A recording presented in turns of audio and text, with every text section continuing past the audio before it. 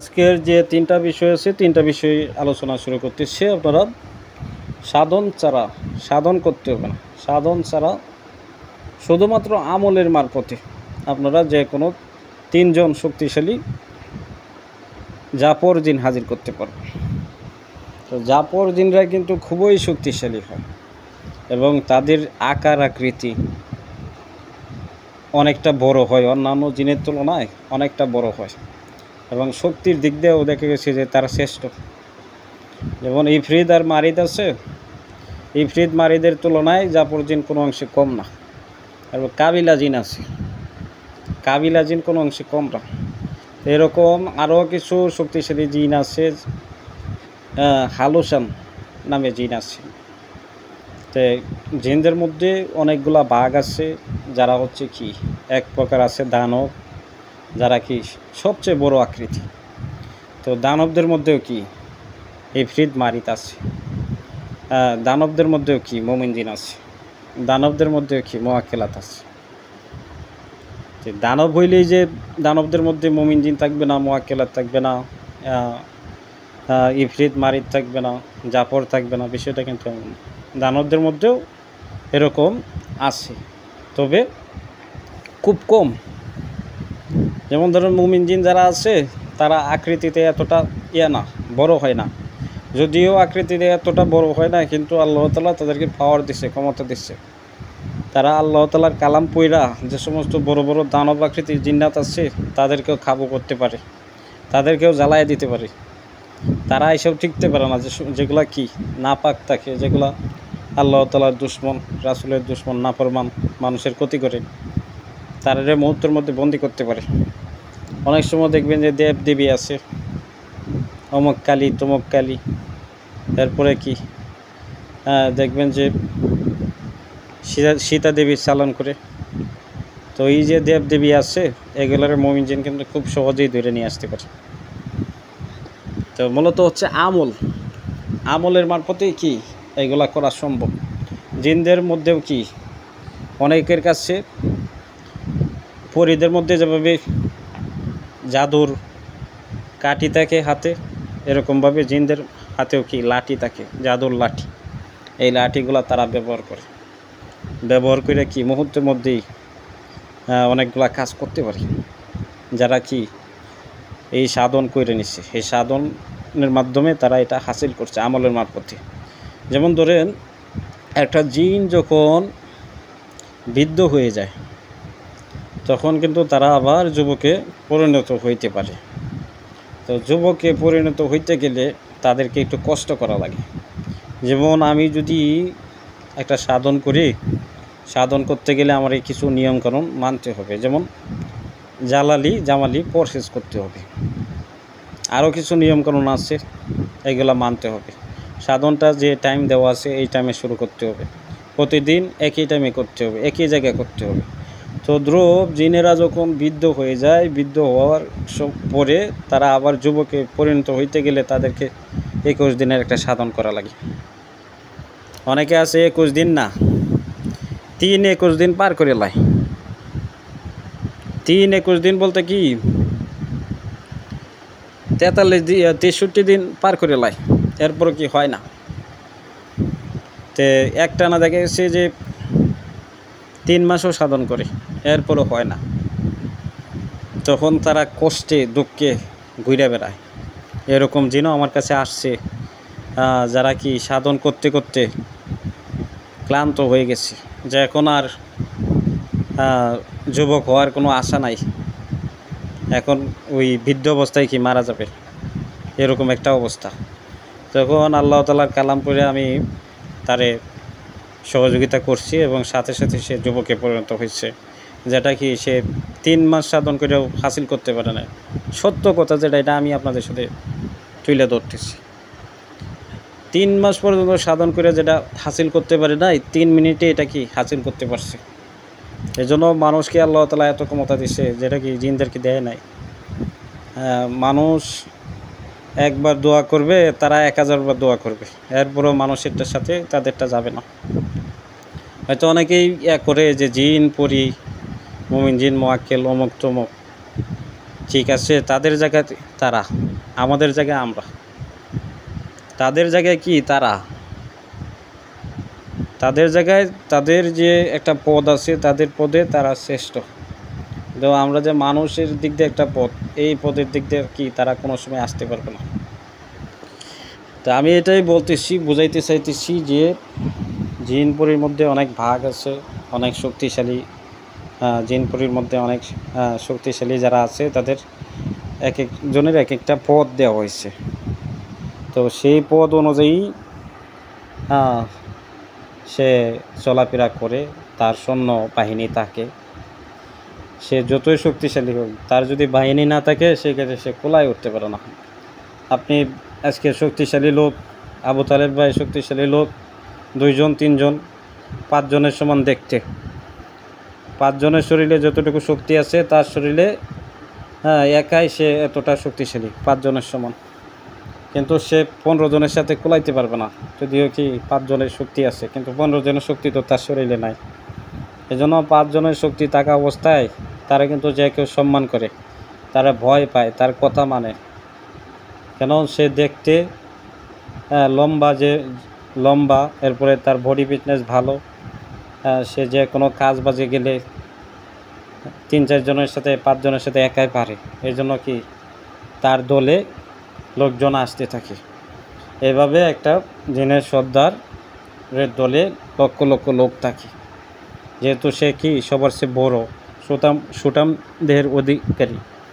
তো সুঠাম দেহের অধিকারী হইলে সেই ক্ষেত্রে কি তারে যে কেউ সর্দার হিসেবে মানে, এবং সর্দার হিসেবে তখনই মানে যখন সে কতগুলা কাজ আছে, যে কাজগুলা কি পারে, অন্যান্য জিন পারে না।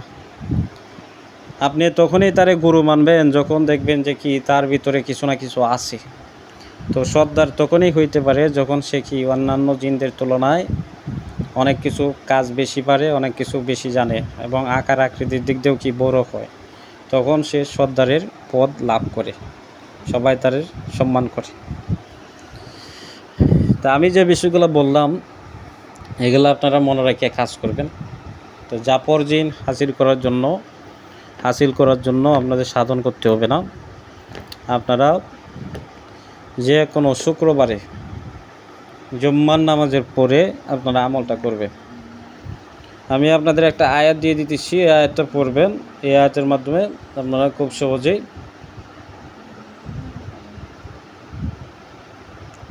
দায়কে হাজির করতে পারবেন।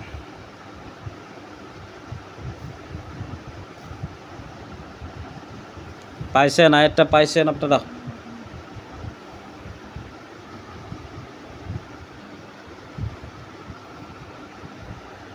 আয়াতটা পাইছেন?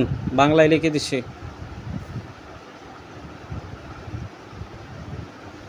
হাসবুনাল্লাহি ওয়া নি'মাল ওয়াকিল, নি'মাল মাওলা ওয়া নি'মান নাসির। হাসবুনাল্লাহি ওয়া নি'মাল ওয়াকিল, নি'মাল মাওলা ওয়া নি'মাল নাসির। হাসবুনাল্লাহু ওয়া নি'মাল ওয়াকিল, নি'মাল মাওলা ওয়া নি'মান নাসির। আপনারা এই আয়াতটা অনেকেই পড়তে ভুল করে, সঠিকভাবে পড়তে পারে না। সূরা আল ইমরানের নাকি হুজুর?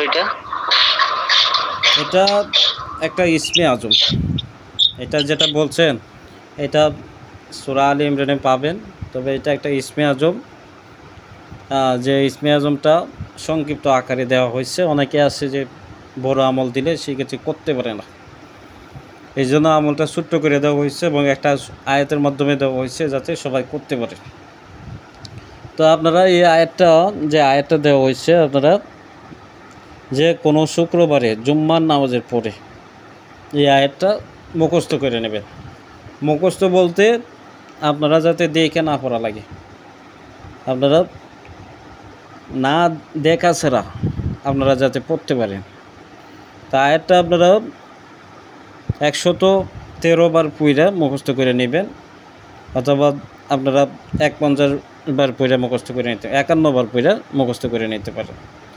এই 2 নিয়মে আপনাদের আয়াতটা মুখস্থ করে নিতে হবে। যদিও আপনাদের মুখস্থ হয়ে যায়, সেক্ষেত্রে আপনারা আয়াতটা 51 বার পড়বেন, অথবা 113 বার পড়বেন। তা 113 বার পড়ার পরে আপনারা এই আয়াতের আমেল হয়ে যাবে। তো এই আয়াতটা কয়দিন তক পড়তে হইব? এটা আপনারা শুক্রবারে এটা পড়তে তো আর বেশিক্ষণ সময় লাগবে না, হয়তো 5 মিনিট অথবা 10 মিনিট। একদিন হ্যাঁ, একদিন পড়তে হইব। আর কয়বার পড়তে হবে এটা? আপনাদের তো বইলে দিলাম যে পড়তে হয়তো 5 মিনিট অথবা 10 মিনিট সময় লাগবে। আপনি 51 বার পড়লে 51 বার পড়লে কতক্ষণ সময় লাগবে? আমি আনুমানিক বইলে দিলাম 5 মিনিট অথবা 10 মিনিট সময় লাগবে, অথবা আপনারা 113 বার পড়ে নেবেন। কথা কি বুঝতে পারছেন? তো আপনারা এভাবে দেখে পড়ে নেবেন। হ্যাঁ, দেখে পড়ে কি আপনারা এটা মুখস্থ করবেন। মুখস্থ করার পরে দেখে পড়েন আর মুখস্থ পড়েন, আপনারা 51 বার পড়বেন অথবা 113 বার পড়বেন। পড়া শেষে সবচেয়ে ভালো হবে এটাই, আপনারা আগে মুখস্থ করে নেবেন। মুখস্থ করে নেওয়ার পরে আপনারা এটা যাকাত আদায় করবেন। কীভাবে করবেন? 3 বার তাওবা করবেন, 3 বার তাওবার শেষে 11 বার দুরূদ পড়বেন। দুরূদ পড়ার পরে আপনারা এই আয়াতটা যে কোনো একটা তাসবিহ সূরা নিয়ে গইনা পড়বেন 51 বার, অথবা আপনারা 113 বার গইনা পড়বেন। পড়ার শেষে আবার 11 বার দুরূদ পড়বেন। দুরূদ পড়া আল্লাহ তাআলার কাছে সংক্ষিপ্ত আকারে দোয়া করবেন যে আল্লাহ এই আয়াতের আমল কইরা আমি যাদেরকে ডাকবো তারা যেন আসে, সেই তৌফিক দান করেন। এত কিছু দোয়া করা লাগবে না, ছোটোখাটো একটা দোয়া করবে। তো এটুকু দোয়া শেষে আপনারা চাইলে এই দিনে আমল করতে পারবেন, এই শুক্রবারে আবার আমল করতে পারবেন, অথবা যে কোনো দিন আমল করতে পারবেন। বিশেষ কোনো দিন নাই যে এই দিনে কি আমল করতে হবে। আল্লাহ তাআলার এই যে পবিত্র আয়াত আছে, ইসমে আজমটা আছে, এটা আপনারা সপ্তাহে 7 দিনের মধ্যে যে কোনো দিন প্রয়োগ করতে পারবেন, এক্সট্রা কোনো নিয়ম নাই। তো কিভাবে প্রয়োগ করবেন? এটা প্রয়োগ করার নিয়ম হচ্ছে আপনারা কিবলামুখী হয়ে বসবেন। বসার পরে ওযু করে বসতে হবে, আগরবাতি মোমবাতি ধরাবেন, গোলাপ জল ছিটাবেন, আতর ব্যবহার করবেন। এরপরে আপনারা এই আয়াতটা 7 বার পড়বেন অথবা 11 বার পড়বেন। যাদের রুহানিয়ত কম আপনারা 11 বার পড়বেন, যাদের রুহানিয়ত ভরপুর আপনারা 3 বার পড়লেই হবে। আর যাদের রুহানিয়ত কমও না বেশিও না মাঝারি আছে তারা 7 বার পড়বেন। পয়টা কী করবেন? এভাবে ডাক দিবেন, আমি বইলা দিতেছি। আপনারা এই আয়াতে এভাবে স্মরণ করবেন যে আল্লাহ তাআলার পবিত্র ইসমের পিছনে অথবা আয়াতের পিছনে অথবা ইসমে আজমের পিছনে যারা আছেন আপনাদেরকে ডাকতেছি। আর যদি এভাবে না বলেন, এভাবে বললে হবে যে আল্লাহর পবিত্র ইসম অথবা আয়াত অথবা ইসমে আজমের শক্তিতে 3 জন শক্তিশালী জাপর জিন আইসা হাজির হন আল্লাহর হুকুমে, আল্লাহর ইচ্ছায়। এভাবে একবার বলছেন, আবার এভাবে বলবেন যে আল্লাহর পবিত্র ইসম অথবা পবিত্র আয়াত অথবা পবিত্র ইসমে আজমের শক্তিতে 3 জন শক্তিশালী জাপর জিন আইসা অতি দ্রুত হাজির হন। এরপরে এবার বলবেন আল্লাহর হুকুমে, আল্লাহর ইচ্ছায়, আল্লাহর বশ্যতা স্বীকার করে আল্লাহর পবিত্র ইসম অথবা আয়াত অথবা ইসমে আজমের শক্তিতে 3 জন জাপর জিন আল্লাহ তাআলার বশ্যতা স্বীকার করে হাজির হন। 3টা দোহাই দিবেন, দোহাই আল্লাহ, দোহাই আল্লাহ, দোহাই আল্লাহ, দোহাই নবী মুহাম্মদুর রাসূলুল্লাহ, দোহাই নবী মুহাম্মদুর রাসূলুল্লাহ, দোহাই নবী মুহাম্মদুর রাসূলুল্লাহ সাল্লাল্লাহু আলাইহি সাল্লাম, দোহাই গুরু আব্দুল কাদের, দোহাই গুরু আব্দুল কাদের, দোহাই গুরু আব্দুল কাদের। আল্লাহর হুকুমে, আল্লাহর ইচ্ছা এই ইসম অথবা আয়াত অথবা ইসমে আজমের শক্তিতে 3 জন শক্তিশালী জাপর জিন ইনশাআল্লাহ হাজির হন। ফু দিবেন, 3টা ফু দিবেন, ইনশাআল্লাহ 3 জন লোক এসে হাজির হবে। এভাবে 3 বার ডাকবেন, 3 বারের বেশি ডাকা লাগবে না, 3 বারের সময় ইনশাআল্লাহ চলে আসবে। তা আমি আমলটা দিলাম, এটা একটা সাধনের আমল ছিল, সাধন করতে হবে না, সাধন ছাড়া আপনারা এই নিয়মে হাজির করতে পারবেন। তবে এই আমলটা কইরা আপনারা কিন্তু শরীরে হাজির করতে পারবেন না। ওনারা শরীরে আসবে না, তুলারাশি শরীরে আসবে না, কিংবা রোগীরও শরীরে আসবে না। আপনারা চোখের সামনে হাজির করতে পারবেন, আয়নাতে হাজির করতে পারবেন, কিংবা শরীরে যদি অন্যান্য কোনো জিন্নাত হাজির থাকে সেই ক্ষেত্রে আপনারা তাদেরকে জিজ্ঞেস করবেন যে আমি এই আমল কইরা কি ডাকতেছি, দেখেন 3 জন লোক আসবে, 3 জন জাপ শক্তিশালী জাপর জিন আসবে। তো যদি এই আমলের মারফতে 3 জন লোক আসে আমারে জানাবেন ইনশাআল্লাহ। তো যদিও শরীরে যাবে না, কিন্তু কি তারা আসবে, এবং তাদেরকে একটা স্থান দেবেন যে আপনারা কি করেন ওই পাশে দাঁড়ান আইসা, তাহলে ওই পাশেই দাঁড়াবে। ডান পাশে বলতে পারেন, বাম পাশে বলতে পারেন, আপনার মাথার উপরে বলতে পারেন। মাথার উপরে বললে মাথার উপরেই দাঁড়াবে। তখন বলবেন যে দেখেন আমার মাথার উপরে 3 জন লোক আছে, তাদের অবশ্যই আরোহণ থাকবে, যেটার মধ্যে করে কি বর করে তারা আসবে। ঘোড়া থাকতে পারে, অন্যান্য যে যে বাহন পছন্দ করে আর কি, সেই বাহন নিয়ে আসবে। তো আপনারা এভাবে শক্তিশালী 3 জন জাপর জিন হাজির করতে পারবেন, কোনো সাধন করা লাগবে না। যাদের কাশব কলা আছে তাদের চোখের সামনে হাজির করতে পারবেন, যারা তুলা রাশি আছে তাদের চোখের সামনে হাজির করতে পারবেন, যারা জিন পরি দেখতে পায় তাদের চোখের সামনে হাজির করতে পারবেন। এছাড়া যারা আয়নায় দেখতে পায়, আয়নাতেও হাজির করতে পারবেন। তবে কোনো বেয়াদবি করবেন না, বেয়াদবি করলে কিন্তু ক্ষতি হয়ে যাবে, কারণ তারা বিলিয়ন বিলিয়ন লোকের সর্দার। তাদের বাহিনী কিন্তু অনেক বড় বাহিনী, 3 জনেই সর্দার আসবে। তো সেই ক্ষেত্রে যদি বেয়াদবি করেন সেই ক্ষেত্রে কিন্তু আপনার 12টা বাজায় দিবে। তখন যদি কোন এটার জন্য আমারে দোষারোপ করেন, এটার দায়ভার আমি নিব না। আপনারা হাজির করবেন, কিন্তু কেউ বেয়াদবি করতে যাবেন না। আদবের সহিত সালাম দিবেন, সালাম দিয়ে কথাবার্তা বলবেন, যে কাজের জন্য ডাকছেন সেই কাজের কথা বলবেন। পরবর্তীতে ওনারা বিদায় দিবেন। যদি আবার ডাকতে চান তাহলে ওনারা বলবেন যে হুজুর আবার ডাকবো, যেভাবে আমলটা করছি এভাবে ইনশাল্লাহ ডাক দেব। আল্লাহর হুকুমে, আল্লাহর ইচ্ছায়, আল্লাহ তাআলার সন্তুষ্টির জন্য, মানুষের উপকার করার জন্য ইনশাল্লাহ আল্লাহর আয়াতের শক্তিতে আপনারা আইসেন, অথবা ইসমে আজমের শক্তিতে আপনারা আইসেন, ইনশাল্লাহ ওনারা আসবে। তো কোনো বেয়াদবি করবেন না। আমলটা বুঝছেন আপনারা? আমাদের সামনে আসবে না, ডাকলে আমরা দেখবো না। আপনাদের সামনে আসবে, আপনাদের যাদের কাশব কলা আছে তারা তো দেখতে পারবেন, যাদের কাশব কলা নাই তারা তো দেখতে পারবেন না। আপনারা যদি কোনো জিন পরি দেখতে পারেন সেই ক্ষেত্রে তাদেরকেও দেখতে পারবেন, আর যদি কোনো জিন পরি দেখতে না পান সেই ক্ষেত্রে তাদেরকে দেখা সম্ভব না। আমরা কিভাবে কাজ করব যদি দেখতে না পাই? দেখতে না পাইলে তো বইলে দিলাম, যাদের কাশব কলা আছে, যারা জিন পরি দেখতে পায় এরকম লোক বসাইতে হবে।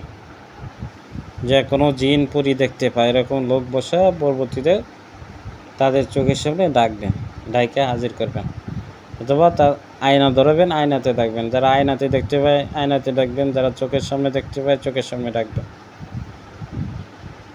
ডাইকে তাদের দিয়ে কাজ করাইতে পারবেন। অনেক জিন্নাত আছে যারা শরীরে যায় না, শরীরে হাজির হয় না,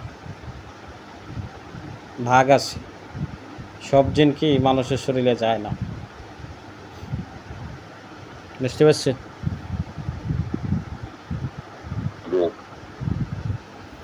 আর কাশব কলার যে আমল আছে, আপনাদের তো আমল দেওয়া হয়েছিল, আমল করতেছেন, করছেন আমল? এখনো শুরু করিনি। কাশব কলার আমল দেন না, আমাদের খেয়াল নাই। আমি আপনাদের নতুন একটা আমল দিব কাশব কলার জন্য, সহজ একটা আমল দিব, যে আমলের মাধ্যমে ইনশাআল্লাহ প্রত্যেকের কাশব করবে, এবং যদি কোনো জিন্নাতের সমস্যা থাকে এটা দূর হয়ে যাবে, এবং রুহানিয়াত শক্তি বৃদ্ধি পাবে, রুহানিয়াত শক্তি ভরপুর হবে। আমি একটা আমল দিব, এই আমলটা আপনারা করবেন, এবং যেভাবে নিয়মকানুন বইলে দিব এই নিয়ম মাফিক আপনারা করবেন। আপনাদের প্রত্যেকেরই কাশব করবে ইনশাআল্লাহ, প্রত্যেকেরই করবে, এবং প্রত্যেকেই রুহানিয়াত শক্তি বৃদ্ধি পাবে। যদি কোনো জিন পরির সমস্যা থাকে জিন পরির সমস্যা দূরীভূত হবে। আমলটা করতে হবে, হয়তো অনেকেই করছেন কাসব কলার আমল, কিন্তু এইভাবে কেউ করেন নাই। আমি যেভাবে দিব এভাবে ইতিপূর্বে কেউ আমল এভাবে করেন নাই, কিংবা ইউটিউব জগতে বলেন, অন্যান্য জায়গায় বলেন, যে কোনো জায়গায় বলেন, এইভাবে আরও যে মুদাব্বিরা আছে তারা এভাবে দেয় নাই। আমি যেভাবে দিব আশা করি যে তারা এভাবে দেয় নাই। তো ঠিক আছে, একটা বিষয় বলতে 20 মিনিট চলে গেছে, ভিডিও তো অনেক বড় হয়ে যাবে।